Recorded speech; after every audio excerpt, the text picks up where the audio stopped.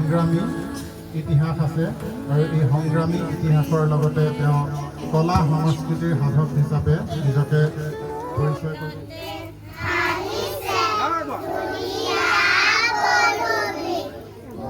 অসমৰ এগৰাকী বিশিষ্ট শিল্পী, কবি, সাহিত্যিক, নাট্যকাৰ, চিত্ৰকৰ, অভিনেতা আৰু মুক্তিযুঁজাৰু আছিল।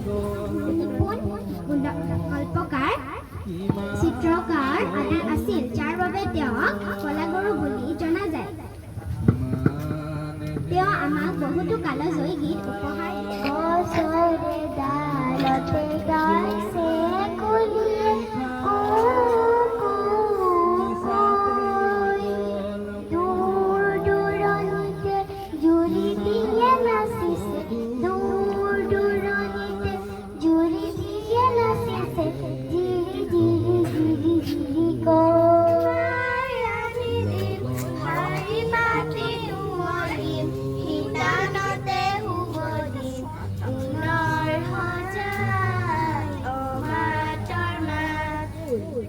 বল আগবাঢ়ি কৰিব লাগিব আজি লক্ষ্মী উদ্ধাৰ।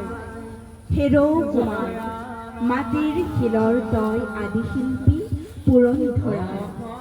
বল বল আগবাঢ়ি গুচি আহ তাক এৰি, গঢ়িব লাগিব তই নতুন জীৱন, ঘূৰাই নতুন চাক কৰি নৱ নবীন সৃজন। আজি